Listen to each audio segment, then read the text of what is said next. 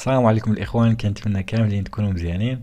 في هذا الفيديو ان شاء الله كيف ما وصلني بزاف د الاسئله على الانستغرام والتعليقات انه بعض منكم بعد ما خداو الكيطه ما عرفوش كيفاش انهم يبدلوا المعلومات ديالهم.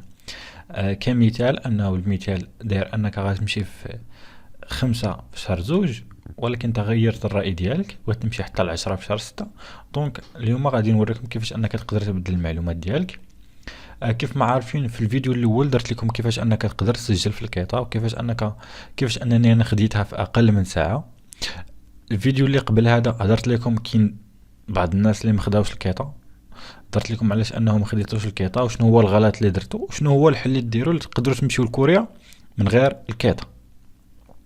حاليا كيف ما كتشوفوا هذا هو السيت ديال الكيطه، كوريا الكترونيك ترافل اوثورايزيشن. احنا الا بغينا نسجلو في الكيطه، الا بغينا مرة تسجل في الكيطه كتكليك ابلاي تو كيطه.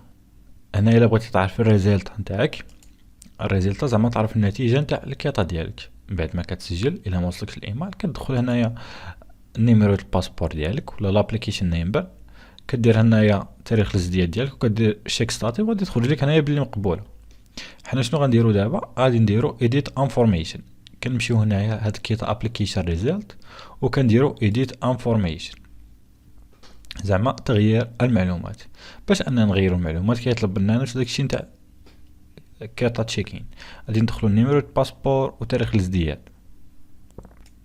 من بعد ما عمرت المعلومات ديالك كيف ما كتشوفوا هنايا غادي نكليك على تشيك ستاتي. كيف ما كتشوفوا هذه هي المعلومات ديالي هنايا، غادي نكليك على edit. are you sure want to edit؟ قال لك هل انت متاكد بانك تريد التغيير؟ تضغط على confirm موافق، وهنا يعطيك المعلومات التي تريد تغييرها، يعني المسموح لك بتغييرها.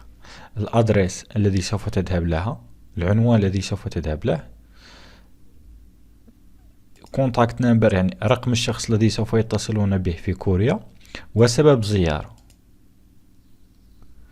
هذه هي المعلومات فقط التي يجب عليك تغييرها. لا يمكنك تغيير الاسم، تغيير رقم الباسبور، تغيير فقط الادريس التي سوف تذهب اليها، وتغيير رقم الهاتف، وتغيير سبب الزيارة. بالنسبة للتاريخ ليس مشكل، يعني أو تاريخ ليس الذهاب ليس مشكل، لأنه الكيطة عندك عامين، يعني عامين عندما يتم الموافقة عليك عندك عامين تذهب في أي وقت تريد. بعد ما تغير المعلومات تضغط على سيف، هكذا سهل جدا تغير المعلومات. هذا هو الفيديو لهذا اليوم، أتمنى أن يعجبكم. إذا كان هناك أي سؤال لا تترددوا في طرحه في التعليقات أو على الإنستغرام، هذا هو الإنستغرام الخاص بي، وإلى اللقاء.